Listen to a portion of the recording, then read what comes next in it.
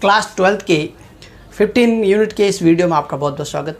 आज हम यूनिट 15 की एक्सरसाइज 15.1 के क्वेश्चन 6 से आगे डिस्कस करेंगे। इससे पहले हमने क्वेश्चन 1 to 5 डिस्कशन किया था उनका, और क्वेश्चन 6 से 10 तक एज ए प्रैक्टिस दिया था। उस प्रैक्टिस क्वेश्चन में आपकी प्रॉब्लम के कमेंट मिले हमें, उनके सॉल्यूशन के लिए आज का वीडियो तैयार किया है। अच्छे से देख के अपना कवर अप करते रहिए। इससे पहले हमने यूनिट 13 और 14 का भी डिस्कशन किया है, जिसे आप कॉर्नर पे एक आई बटन है उसे प्रेस करके सारे वीडियो सीक्वेंसली देख सकते हैं और अपना टॉपिक कवर कर सकते हैं। तो 15.1 का क्वेश्चन 6 क्या है, इसके लिए देखिए ज़रा। जेड हमारे निम्नतम वैल्यू हमने पहले भी डिस्कस किया था कि अधिकतम या निम्नतम दो प्रकार के हमें कंडीशन दी जाएगी। x + 2y ये हमारा उद्देश्य है, और इस उद्देश्य को कंटिन्यू करके हम आगे, हमें इसके लिए प्रतिबंध कंडीशन दे रखी है, व्यवरोध दे रखे हैं। 2x + y > 3, x + 2y > 6, x and y ये देखिए ध्यान से, x और y 0 से बड़ा या बराबर है, > 1 0 है, दोनों जगह देखिए x भी 0 के इक्वल या बड़ा है, y भी 0 के इक्वल या बड़ा है। इन दोनों का कॉमन मीनिंग होता है फर्स्ट क्वाड्रेंट। किस प्रकार होता है देखिए, x का मान 0 के बराबर या बड़ा इस साइड होता है, ध्यान रहे इस तरफ होता है, और y का मान 0 से बड़ा या बराबर इस तरफ होता है ऊपर। तो दोनों एरो का कॉमन भाग, ये एरो आगे कंटिन्यू करेंगे तो ये हिस्सा हमारा कॉमन रहेगा, ये फर्स्ट क्वाड्रेंट है, ये ध्यान रहे। इट मीन्स हमारे इस यूनिट में सारे के सारे जो हल क्षेत्र होंगे वो फर्स्ट क्वाड्रेंट में होंगे, ये ध्यान रहे। अब हम इन दोनों कंडीशन को आगे कंटिन्यू करते हैं, सॉल्व करते हैं, इनकी टेबल तैयार करते हैं। देखिए फर्स्ट कंडीशन 2x + y = 3 लेके सॉल्व करेंगे। देखिए ध्यान से, यहाँ पे > 3 है, लेकिन यहाँ =3 लेके सॉल्व करेंगे। क्या तरीका रहता है इसका, x और y, एक बार x 0 लेना है, एक बार y 0 लेना है। जब x 0 होगा तो y का मान देखिए 3 हो जाएगा, यहाँ पे x को 0 कर देंगे, y 3 हो जाएगा, और y जब 0 होगा तो x का मान आ जाएगा 3/2, ये ध्यान रहे। y को 0 करेंगे, x का मान 3/2, जिन्हें हम ग्राफिकली शो करेंगे। कहाँ पे होगा देखिए, x का 0, y का 3, 1 2 3, यहाँ पे y एक्सिस पे 3 होता है, और इधर x एक्सिस है हमारा, ये कंटिन्यू में इस तरह से।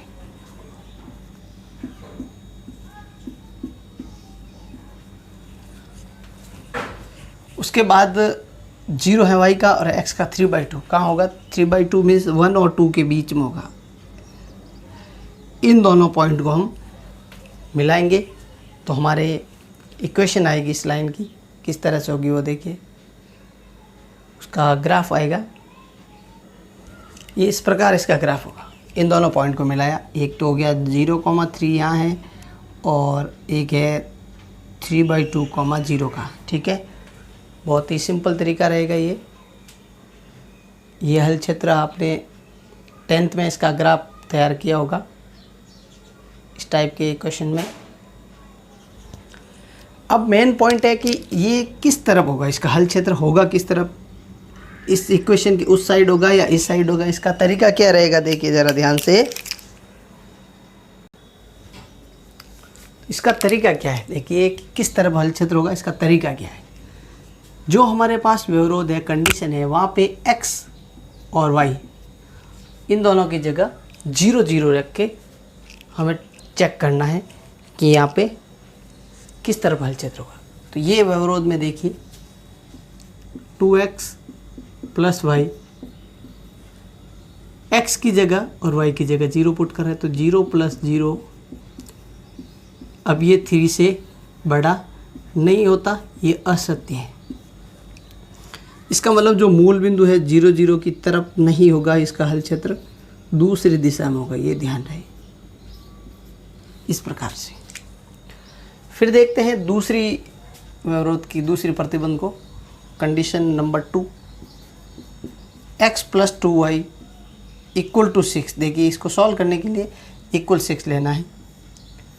वही प्रोसेस रहेगा, एक बार x को 0 लेना है, एक बार y को 0 लेना है।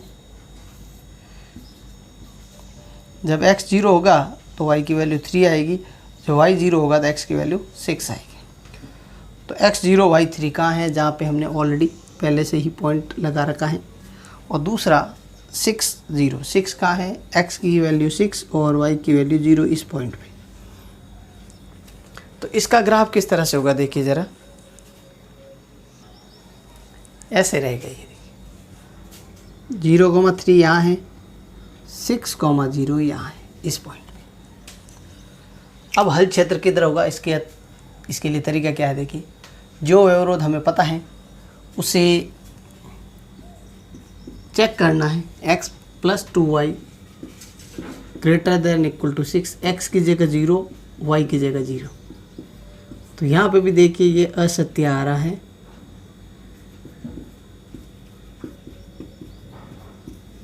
ये बेसिक तौर पे आपको पता लगाने के लिए है कि हल क्षेत्र किधर होगा। तो ये 0 के लिए असत्य है, 0 0 की तरफ नहीं होगा, दूसरी तरफ होगा, ये इस तरह से।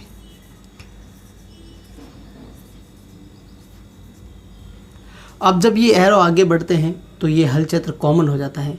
इट मीन्स इस प्रश्न के लिए इसका हल क्षेत्र ओपन होगा, ये पूरा का पूरा पार्ट रहेगा, एक तरह से पूरा ये हल क्षेत्र रहेगा इसका ओपन भाग। ये ध्यान रहे, ये पार्ट क्या रहेगा, ओपन रहेगा, खुला रहेगा, ये ध्यान रहे पूरा का पूरा। इसके लिए आपको ध्यान देना है कि किस बिंदु पर ये इसका कॉर्नर बन रहा है, कौन सा बिंदु इसका कॉर्नर होगा। वैसे ये ओपन है इसलिए इसके सारे के सारे कॉर्नर का आइडिया नहीं रहेगा कि कितने इसके टोटल कॉर्नर होंगे। तो आगे कैसे होगा इसका मिनिमाइज के लिए टेबल देखिए। तो मिनिमाइज के लिए टेबल ये रहेगी, देखो हमारे पास दो ही बिंदु है, बिंदु A और बिंदु B, क्योंकि ये हमारा इस ओपन पार्ट के दो ही कॉर्नर बिंदु है, दो कॉर्नर वाले पॉइंट है। 0,3 जब z है यानी कि x + 2y में रखें, 0 + 2 × 3 = 6 होता है। और दूसरी बार अगर x की जगह 6 + 2 × 0 रखें तो भी 6 होता है। दोनों स्थिति में ये मान क्या प्राप्त हुआ, 6। अतः हमारे यहाँ न्यूनतम मान, अधिकतम का कोई आइडिया नहीं है, न्यूनतम मान क्या रहेगा, 6 रहेगा। जब भी ओपन हल क्षेत्र होगा, खुला हल क्षेत्र होगा, तब हमेशा न्यूनतम मान ही ज्ञात किया जा सकता है, अधिकतम मान का यहाँ पे आइडिया नहीं रहेगा, इसलिए ध्यान रहे। और इस प्रश्नों में मिनिमाइज ही हमें पूछा जाएगा, मैक्सिमम, ये ध्यान रहे आपको। फिर देखते हैं क्वेश्चन, इसका नेक्स्ट क्वेश्चन देखिए 7th। तो क्वेश्चन 7 इस प्रकार है, देखिए 5x + 10y, ये हमारा उद्देश्य है, z है। इसका हमें न्यूनतम और अधिकतम मान ज्ञात करना है, मिनिमाइज भी करना है इसमें और मैक्सिमाइज भी करना है, मिनिमम वैल्यू और मैक्सिमम वैल्यू दोनों वैल्यू। इसके लिए कंडीशन देखिए, x + 2y < = 120, x + y > 60, x - 2y > 0 और x और y हमेशा की तरह 0 या 0 से बड़े हैं। अब इसका सॉल्यूशन देखिए, जिसमें फर्स्ट जो हमारा कंडीशन है, x + 2y = 120 लेंगे। देखिए ध्यान से, हमेशा जब भी सॉल्यूशन करते हैं हम इक्वल की वैल्यू लेके आगे बढ़ते हैं। क्या रहेगा तरीका इसका, ज़रा ध्यान दीजिए। x and y, जब x 0 करेंगे तो y हो जाएगा 60 और जब y 0 करेंगे x हो जाएगा 120। ये फर्स्ट कंडीशन होगी। फिर देखिए सेकंड में, x + y = 60 ले, कोई तरीका रहेगा, एक बार x को 0 लेना है, एक बार y को 0 लेना है। जब x 0 होगा y 60 हो जाएगा और y 0 होगा तो यहाँ पे x 60 हो जाएगा, ध्यान रहे। और लास्ट कंडीशन रहेगी हमारे, x - 2y greater than equal to 0, it means x greater than x की value greater than equal to 2y होगी। यहाँ हम सॉल्यूशन के लिए x is equal to 2y लेके इसकी टेबल तैयार करते हैं। तो इसका तरीका देखिए ज़रा। अब देखिए x और y, इसके अलावा यहाँ पे कोई कांस्टेंट नहीं, यहाँ पे तो x और y के टर्म के अलावा कांस्टेंट था, इसलिए हम 0 0 लेते थे। लेकिन यहाँ जब x 0 लेंगे तो y भी 0 होगा, ध्यान रखें। और जब हम यहाँ पे y की वैल्यू 30 ले लें तो x उसका डबल आएगा 60। यहाँ पे y की जो भी वैल्यू होगी उस x का उसका डबल होगा। फिर हम तीनों लाइन को देखते हैं ग्राफिकली क्या होगा इसका रिप्रेजेंटेशन। ये फर्स्ट इक्वेशन के लिए देखिए ग्राफ। पहले तो x plus 2y equal to 120 की हमने एक टेबल तैयार की, जिसमें x 0 y 60 इस पॉइंट पे, और y 0 x 120 यहाँ पे। ये ग्राफ रहेगा इसका। अब इसका हल क्षेत्र किधर होगा, यानी कि किस तरफ इसका आंसर होगा, वो हम पता लगाते हैं। तरीका क्या रहेगा, x और y दोनों की जगह 0 0 लेना है। अगर इसमें आप 0 ले, ये 0 ले, तो 0 120 से छोटा है, ये बात सत्य है, ध्यान रहे।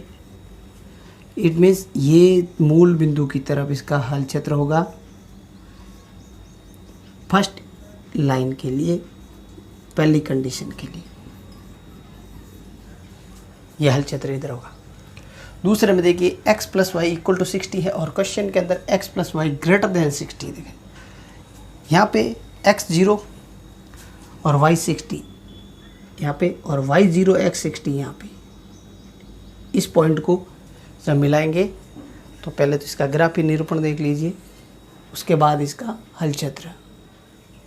तो ग्राफी निरूपण में ये दोनों पॉइंट मिल जाएंगे, 60 0 और 0 60 यहाँ पे। हल क्षेत्र किस तरफ होगा, इसका तरीका देखिए ज़रा। x और y दोनों जगह, यहाँ पे x की जगह 0, y की जगह 0 लेते हैं, तो 0 जो है वो 60 से बड़ा नहीं है, ये स्टेटमेंट हो गया असत्य।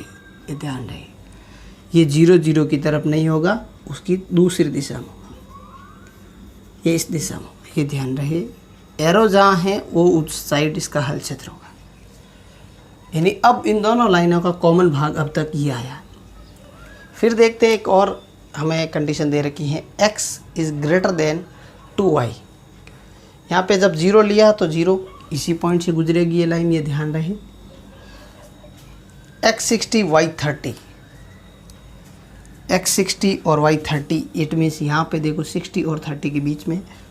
और वैसे ही यहाँ पे एक और पॉइंट भी लें, अगर हमें एग्जैक्ट लाइन का आइडिया लगाना है, तो अगर x 60 लेंगे y 60 लेंगे तो x 120 आ जाएगा, डबल आएगा जस्ट। तो y की वैल्यू 60, x 120, ये इस दिशा में रहेगा इन दोनों का कॉमन पार्ट।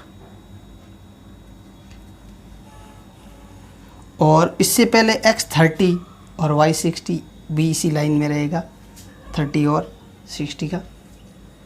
तो यहाँ पे इसका ग्राफ किस तरह से होगा देखिए ज़रा।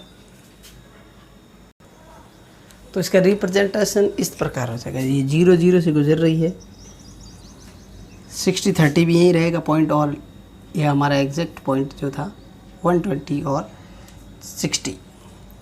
अब इसका हल क्षेत्र किस तरफ होगा, इसका तरीका देखिए। x की तरफ ये बड़े वाला का निशान है, x is greater than, it means x axis की तरफ। x एक्सिस किधर है, इस साइड है इसका हल क्षेत्र, ये ध्यान रहे। और इन दोनों का मीनिंग आपको पता है, प्रथम चतुर्थांश होता है, फर्स्ट कोऑर्डिनेट होता है। यानी हमारा पूरा का पूरा हल क्षेत्र फर्स्ट कोऑर्डिनेट में होगा, फर्स्ट कोऑर्डिनेट में आ रहा है। सबका कॉमन पार्ट कौन सा है, ये वाला देखिए। इस भाग में सारी कंडीशन एकदम संतुष्ट हो रही है, ये पूरा का पूरा छायांकित करना है, ये एरिया, ठीक है, इस प्रकार से। अब हमें निकालना है इसके चारों कॉर्नर का मान। इसके चारों कॉर्नर जैसे ये ए पॉइंट, ये बी पॉइंट, ये सी पॉइंट और ये डी पॉइंट अगर मान ले तो ए बी सी डी के मान क्या होंगे। तो यहाँ ध्यान दीजिए आप, देखिए ए पॉइंट पर क्या हो रहा है। ए पॉइंट पर फर्स्ट लाइन और थर्ड लाइन इंटरसेक्ट हो रही है, फर्स्ट और थर्ड इंटरसेक्ट हो रही है, तो इन दोनों का कॉमन भाग कौन सा होगा? इसका तरीका क्या है? तो देखिए x की जगह 2y हम थर्ड इक्वेशन से फर्स्ट में रख देते हैं। x इक्वल टू 2y को कहाँ रखना है? x plus 2y equal to 120 में, 2y प्लस 2y 4y होगा, यहाँ से y हमें प्राप्त हो जाएगा 30, y प्राप्त हो जाएगा 30। जब y की वैल्यू 30 रखेंगे तो x प्राप्त हो जाएगा वहीं पे 60, ये ध्यान रहे। तो इस टेबल के अंदर एक और पॉइंट हमें प्राप्त हो गया 30 और 60 का। ये 30 60, यहाँ पे 60 30 है, x की वैल्यू 60 है, y की 30 है, 60 30, ये इंटरसेक्शन पॉइंट है, a का मान है, इसे हम बिंदु a कहेंगे। 60 x का मान है, y का 30 है, ये a प्राप्त हो गया। फिर हमें b प्राप्त करना है, तो b किसका इंटरसेक्शन पॉइंट है? ज़रा ध्यान दीजिए, सेकेंड और थर्ड लाइन का। तो थर्ड लाइन से इसी प्रकार हम थर्ड लाइन से x की जगह 2y को इक्वेशन सेकेंड में x plus Y equal to 60 में रखेंगे, ये ध्यान रहे। x की जगह 2y प्लस वाई, इस तरह से 3y की वैल्यू 60 और y की वैल्यू हमें प्राप्त हो जाएगी 20 और x इससे जस्ट डबल होगा, ये ध्यान रहे 40। तो ये हमारा पॉइंट रहेगा 20 40, बी पॉइंट 40 20, सॉरी x की वैल्यू पहले लिखनी है 40 20, ये ध्यान रहे। ये इंटरसेक्शन पॉइंट आपको अच्छे से ज्ञात करने आने चाहिए। बात करते हैं सी पॉइंट की, तो सी पॉइंट x एक्सिस पर है, इसका कोऑर्डिनेट बढ़ाई जी, x की वैल्यू 60 y 0 और d भी x एक्सिस पे है 120, 0। इस प्रकार हमें ABCD के निर्देशांक पता हो गए। अब हम इसकी टेबल तैयार करते हैं। देखिए इसकी टेबल देखिए क्या रहेगा, z का मान a पॉइंट 60, 30, तो z की वैल्यू आएगी देखिए 5, x की जगह 60 प्लस 10, y की जगह 30, तो इसकी टोटल वैल्यू हो जाती है 600। उसके बाद बी पॉइंट पर 5 × 40 और 10 × 20, 200 एंड 200, टोटल हो गया 400। फिर 5 × 60 और 10 × 0, टोटल हो जाएगा हमारे यहाँ पे 300। और लास्ट जो वैल्यू है 5 × 120 और 10 × 0, 600। तो हमें यहाँ पे मिनिमाइज और मैक्सिमाइज दोनों करने थे। जो क्या आएगी वैल्यू इसमें, मिनिमाइज करें, मिनिमम वैल्यू 300 और मैक्सिमम दो जगह है यहाँ पे 600 देखिए। तो न्यूनतम मान यहाँ हमारे प्राप्त हुआ है 300, किस बिंदु पे हुआ है 300, 60,0 पर। और अधिकतम मान मैक्सिमम वैल्यू हमें प्राप्त हुई है 600, दो बिंदु पे है। कौन कौन से दो बिंदु हैं वो बिंदुओं, एक हमें मिला है 60 30 पर और दूसरा 120,0 पर, ये दो बिंदु। इस प्रकार एक ही प्रश्न में अगर हमें दोनों मान पूछे जाए, उसके लिए टेबल एक ही बार तैयार करनी है, जैसा हमें मान पूछा जाए उसके अनुसार अपना आंसर हो जाएगा। फिर देखते हैं 8th क्वेश्चन, जिसे आपने प्रॉब्लम के तौर पे कमेंट किया था, क्या है इसका सॉल्यूशन। 8th क्वेश्चन देखते हैं अब, जिसमें हमें मैक्सिमाइज़ करना है। ये आपने जो प्रॉब्लम कमेंट किया था, x + y का अधिकतम मान ज्ञात करना है। हमारे लिए कंडीशन क्या है, x minus y less than equal to -1। तो इसके सॉल्यूशन में x minus y equal to -1 लेके एक टेबल तैयार करते हैं। क्योंकि इसकी वैल्यू बड़ी नहीं है इसलिए इसका ग्राफीय निरूपण में भी कम मान की ही जरूरत रहेगी।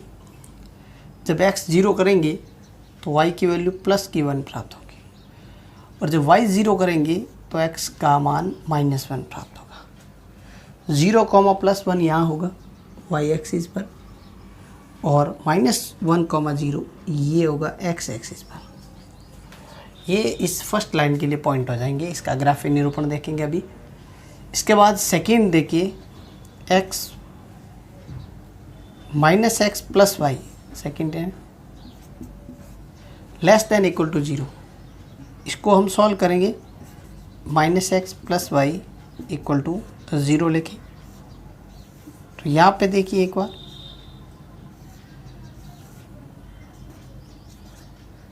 जब x 0 तो y भी 0, और दूसरे पॉइंट के लिए जब x की वैल्यू 1 पुट करते हैं, अगर 1 तो यहाँ पे -1 कैंसिल हो उधर गए, y की वैल्यू +1 आ जाएगा। इस प्रकार से x की वैल्यू अगर 1 हो जाए तो y की वैल्यू +1 हो जाएगी इस पर्टिकुलर क्वेश्चन के लिए। इसका ग्राफीय निरूपण कैसे होगा, इसका ज़रा तरीका देखिए ज़रा, और हल क्षेत्र कहाँ होगा। तो ग्राफ में देखिए फर्स्ट इक्वेशन का 0,1 कहाँ होगा, इस पॉइंट पे। -1, 0 हो जाएगा ये पॉइंट। अब इस लाइन का हल क्षेत्र कहाँ होगा, इसका तरीका देखिए। इसमें हम फर्स्ट कंडीशन में x और y की जगह 0 वैल्यू पुट करें, तो क्या 0 से -1 बड़ा है, ये बात असत्य है, ध्यान रहे। ये स्टेटमेंट फॉल्स है, इसलिए 0, 0 की तरफ नहीं होगा। इसका हल क्षेत्र दूसरी तरफ होगा।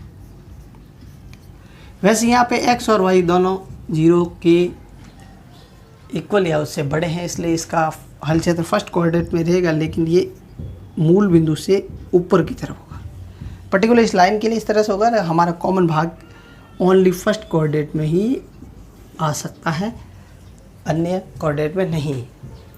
फिर देखते हैं 0, 0, 1, 1 कहाँ है, 0, 0 ये रहा, 0, 0 और 1, 1 ये रहा। इसका हल क्षेत्र किधर होगा, इसका तरीका देखिए। x की जगह 0, y की जगह 0, तो 0 के इक्वल 0 आ सकता है। वैसे ये लाइन में एक और कंडीशन से सॉल्व करें इसको, तो यहाँ पे ये माइनस का x है, इक्वल के उधर गया, प्लस का हो गया। इट मीन्स किसका पलड़ा भारी है, x की तरफ इसका मान बड़ा है, इसमें ये x की तरफ इसका हल क्षेत्र होगा, ये इस प्रकार।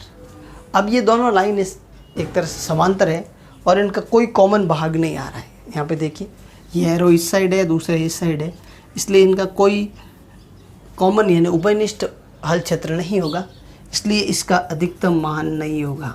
ये ध्यान रहे, अधिकतम मान नहीं होगा या न्यूनतम भी नहीं, क्योंकि हल क्षेत्र नहीं है यहाँ पे, ये ध्यान रहे। इसका रीज़न यही है, दोनों का हल क्षेत्र कॉमन नहीं है, अलग अलग है, और ये दोनों लाइन समांतर है। अगर ये समांतर नहीं होती तो इन केस आगे कहीं ना कहीं इनका कॉमन पार्ट आ सकता था, लेकिन यहाँ ऐसी स्थिति नहीं है, इसलिए इसका मैक्सिमाइज नहीं होगा, मैक्सिमम वैल्यू नहीं ज्ञात की जा सकती। तो इसके लिए हमें फिर टेबल बनाने की भी कोई आवश्यकता नहीं है। जो हमने कॉर्नर टेबल बना के अधिकतम मान की जांच करते थे, सबसे ज़्यादा मान कहाँ है, सबसे कम मान कहाँ है, उसका यहाँ पे कोई रोल नहीं रहेगा। फिर देखते हैं नेक्स्ट क्वेश्चन। अब 9th क्वेश्चन में हमें मिनिमम वैल्यू निकालनी है। हमारा उद्देश्य यहाँ पे क्या है, 3x + 2y, और हमारे व्यवरोध यहाँ पे कंडीशन क्या है, x + y > 8, 3x + y 3x + 5y > 15, x और y > 0। कंडीशन फर्स्ट देखिए, x plus Y equal to 8 के लिए टेबल बहुत ही सरल तरीका, एक बार x 0 एक बार y 0। जब x 0 हो जाएगा y 8 हो जाएगा और y 0 हो जाएगा तो x 8 हो जाएगा। Second 3x plus 5y equal to 15 के लिए बहुत ही आसान से x and y, x 0 y 0। जब x 0 हो जाएगा y की वैल्यू 3 प्राप्त हो जाएगी, y 0 हो जाएगा तो x की वैल्यू 5 प्राप्त हो जाएगी। फिर देखते हैं इसका ग्राफीय निरूपण किस तरह से होगा। तो देखिए 0,8 y एक्सिस पे इस जगह, 8,0 x एक्सिस पर इस जगह पे, फिर 0,3 5,0। इस तरह से ये बिंदु होंगे और इसका ग्राफ जो होगा वो ऐसे होगा। हल क्षेत्र कैसे होगा देखिए इसका, जब x plus Y greater than equal to 8 में x और y की जगह 0 पुट करें, 0 प्लस 0 क्या 0 8 से बड़ा है? ये ध्यान दें, बिल्कुल नहीं, ये असत्य है। इसका मतलब इस लाइन के लिए ग्राफ ऊपर की तरफ होगा। हल क्षेत्र इसका मूल बिंदु के दूसरी दिशा में होगा। ये ध्यान रहे, हमेशा हम मूल बिंदु इसलिए जांच करते हैं, कैलकुलेशन इजी जल्दी है, और अगर इस पर सत्य आएगा तो इसकी तरफ होगा और अगर असत्य है तो इसके विपरीत दिशा में होगा, ये ध्यान रहे। फिर दूसरे में देखिए 3x प्लस 5y, यहाँ पुट करते हैं 0 0, तो 3 into 0 plus 5 into 0 less than equal to 15।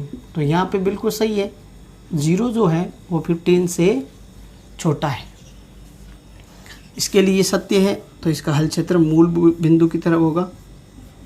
तो यहाँ पे भी देखिए दोनों एरो मार्क में कोई कॉमन भाग नहीं है, इसलिए इसका मिनिमाइज भी नहीं किया जा सकता। कोई न्यूनतम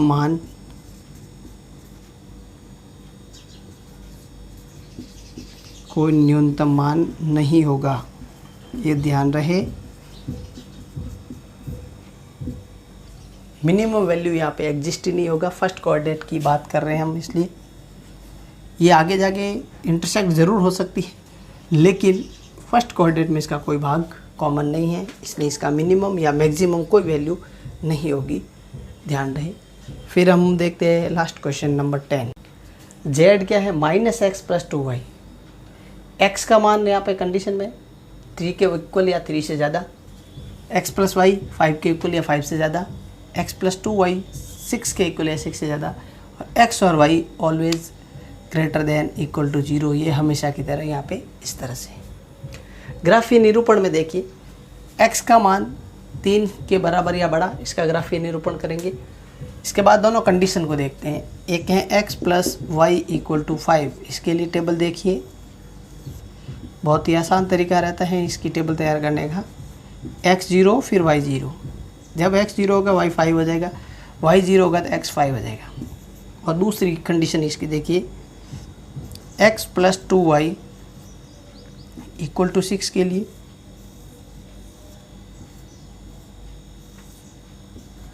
x plus y, x and y, x 0 फिर y 0, जब x 0 होगा तो y का मान 3 हो जाएगा और y 0 होगा तो x का मान 6 हो जाएगा। तो इसका ग्राफीय निरूपण किस तरह से होगा ज़रा ध्यान दीजिए। ये ग्राफ में देखिए इसका किस तरह से पॉइंट रहेगा निरूपण। तो ये ग्राफीय निरूपण है। देखिए सबसे पहले तो यहाँ पे x इक्वल टू 3 वाला, ये ग्राफ में x की वैल्यू 3 से ज़्यादा है तो इस तरफ होगी, ध्यान रहे। जब भी x इक्वल टू 3 के लिए ग्राफ बनाए तो x की वैल्यू 3 पर y एक्सिस के पैरेलल ग्राफ खींचना है, और यहाँ पे क्या है, x की वैल्यू 3 के इक्वल या इससे ज़्यादा है, इस तरफ होगा इसका हल क्षेत्र। फिर देखते हैं सेकंड टेबल में 0 5 5 0, यहाँ पे है 0 5, वाई एक्सिस पर और ये है 50 एक्स एक्सिस पर। इसका हल क्षेत्र के लिए देखिए एक्स और वाई की जगह 0 वैल्यू, एक्स प्लस वाई दोनों की जगह 0 लिया तो ये हमें असत्य स्टेटमेंट प्राप्त हुआ है, फॉल्स स्टेटमेंट प्राप्त हुआ है। 0 का मान 5 से बड़ा नहीं हो सकता, इसलिए ये हल क्षेत्र इसके मूल बिंदु के दूसरी तरफ होगा। मूल बिंदु हमारे यहाँ पे 0 0 की तरफ नहीं, दूसरी तरफ होगा ये। और फिर लास्ट इसका point x plus 2y equal to 6 के लिए ग्राफ देखिए 0 3 6 0। 0 3 यहाँ है y एक्सिस पर, ये पहले वाला था ग्राफ, और इसके बाद 6 0 यहाँ है। तो इसके लिए भी जांच करते हैं 0 0 पुट करके। तो 0 प्लस 2 इंटू 0 क्या 6 से बड़ा है? बिल्कुल नहीं, 0 से 6 से बड़ा नहीं है, इसलिए ये भी असत्य हो गया। तो इसका हल क्षेत्र भी मूल बिंदु के दूसरी तरफ होगा। इट मीन्स इसका एक एरिया जो होगा पूरा ओपन होगा, ये ध्यान रहे। इसका एरिया कैसे होगा?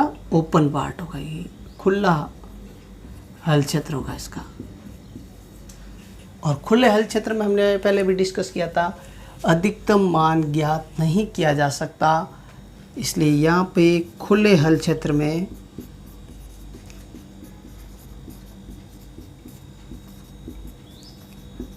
अधिकतम मान नहीं होगा, ध्यान रहे, नहीं होगा यहाँ पे।